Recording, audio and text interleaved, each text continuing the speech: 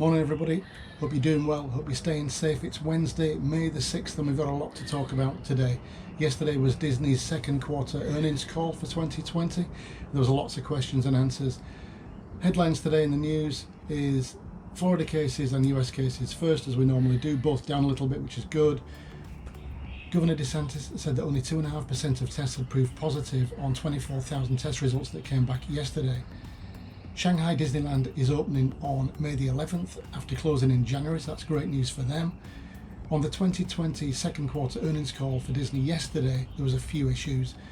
They lost $1 billion in revenue on theme parks in that second quarter.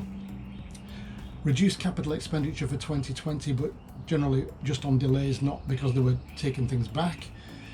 Bob Chapek, CEO of Disney, was asked about reopening. I'll bring you that. There was a Q&A on park capacity, and he mentioned how they're dealing with things in Shanghai, and will that then translate into the US. Question on how Disney would deal with the pent-up demand that was obviously going to occur when things reopened.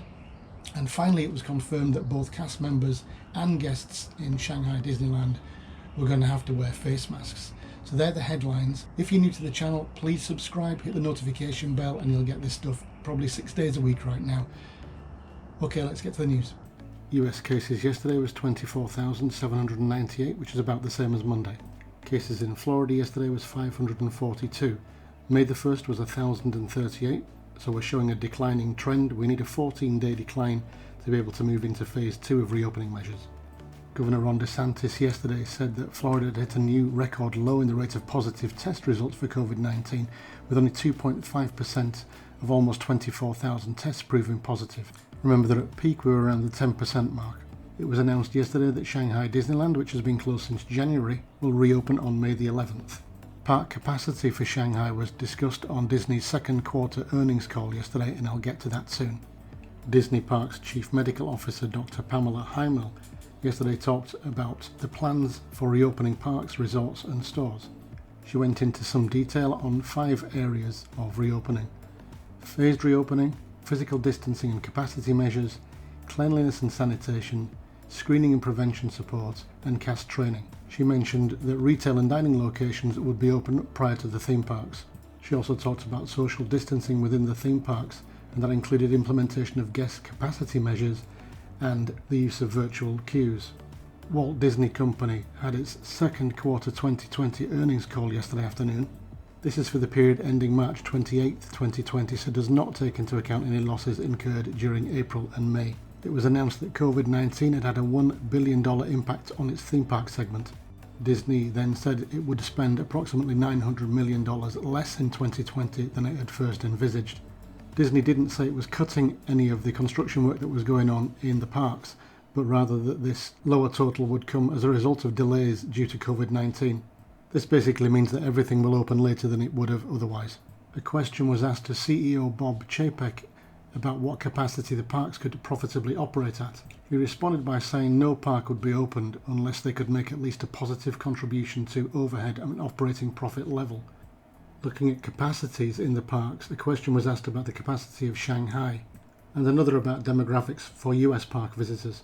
Chapek said that Disneyland Shanghai had a capacity of around 80,000, but that would be cut to 24,000 a day, or 30% of its capacity. He also said that was a government limitation and that Disney would actually be opening at much less capacity than that.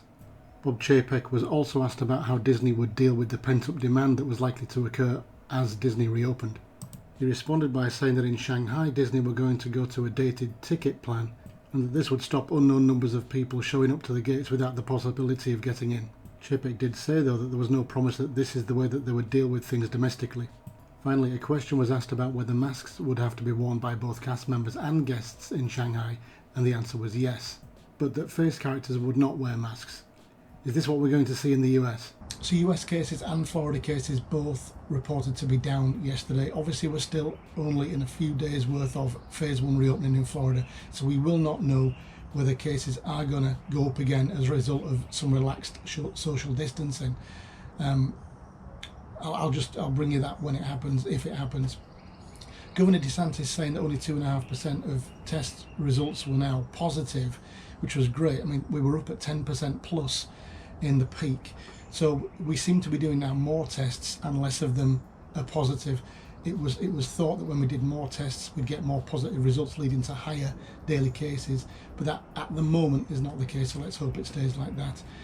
Disneyland Shanghai reopening on May the 11th, so I guess the news is going to be all over that day to see how many people turn up, although it is going to be with dated tickets, so it should be controlled.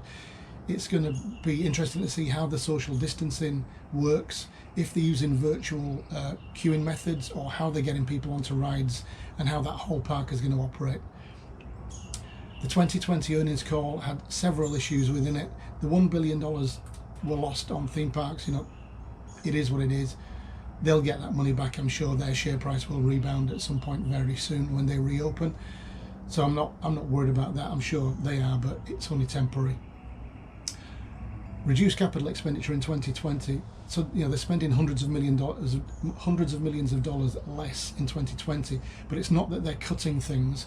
It's simply because they stopped construction in March, and they're not going to reopen construction, I guess, until sometime in May. So they've lost maybe 2 months worth of construction work there. So it simply means that they're going to delay construction, and some of that money is going to then go into the 2021 financial year for them. It just means that things aren't going to be completed when they were announced that they would be completed, or when we thought they might be completed. Bob Chapek was asked about reopening and which pieces of the puzzle would be reopened, and he said that they'd only be reopened if they made a positive contribution to the bottom line, basically. So I've talked about resorts opening and parks opening, and I did think that they wouldn't open all the resorts at once. If you'd booked into a resort that wasn't going to be open on day one of reopening, that they'd move you to another hotel in the same bracket, value, moderate or deluxe. I still think that may happen from this chat yesterday. So we're still booked into Port Orleans Riverside on June the 1st. So what if Port Orleans doesn't open but something else does that's a moderate resort? Would we be put over there? To be honest, I'd be quite happy. I don't care. I'd just like to go and see what's going on. But yeah, I still think that may happen. In terms of parks, it depends on demand, I guess. And I don't know whether they're going to ask people if they're going to go on day one, if they're going to get some kind of understanding of what demand might be. I still think domestic flights are going to be an issue. International flights are going to be no-go in June or July, I believe, and maybe into August and maybe into September. So there'll be no international demand, but there might be plenty of domestic demand. So how are they going to deal with that? He said that in Shanghai they were going to do daily tickets. Over here, and I don't know if they do season passes in Shanghai. They might do, they probably do. So those people are going to be told, no, you can't come. I've got an annual pass for Disney here, so am I going to be told, no, I can't come? Or I've discussed previously a potential for asking people with annual passes, okay, which park do you want to go to on which day? And then you get just like a fast pass to go to the park, and then you get fast passes whilst you're in the park. And they'll probably implement virtual queuing systems for both the rides, and they'll make more of the food and beverage outlets online ordering as well. So I do think they're going to restrict people's ability to get into the parks. I don't think you're going to be able to just walk up and get into a park. I do think you're going to have to tell them which park you want to go to on which day. And if you don't turn up, because then you're stopping somebody else going potentially, if you don't turn up, they may give you a black mark, or they may stop you going for a little while. All up in the air. My conjecture, but I do think they're going to have to implement something. Q&A about park capacity. So he said that the government in Shanghai had said that they could open at 30% capacity, but Disney were taking it upon themselves to operate at a lower capacity. So they can open, when they reopen here, they can open at 50% capacity, which I was shocked at. So does it mean that they're going to open at a lower capacity than 50% in order to just safeguard themselves and their guests? I thought they might open at 25%. If they do, I'll be very happy. Even if it means I can't go, I'll still be very happy that they're opening at a lower number in order to test the water, and then they can move it maybe up swiftly to 50% and thereafter further and further. But yeah, I don't know. I hope it's not 50%, but let's see what happens. It's going to happen fairly soon, I think. And then it was confirmed that masks would be required for both cast members and guests in Disneyland Shanghai. I thought that might be the case, and I still think it's going to be the case here. They did say that face face characters wouldn't have to wear masks, but that means they'll be social distanced. What they didn't say is suited characters, what they would be doing. So I don't know if you can go right up to a character in a suit or whether you can't. But face characters are going to be distanced. So I don't know whether that means that there are not going to be any interactions with them in terms of photo opportunities, or whether they're going to be stood next to you or behind you. I've discussed that as well previously. So that really is the news.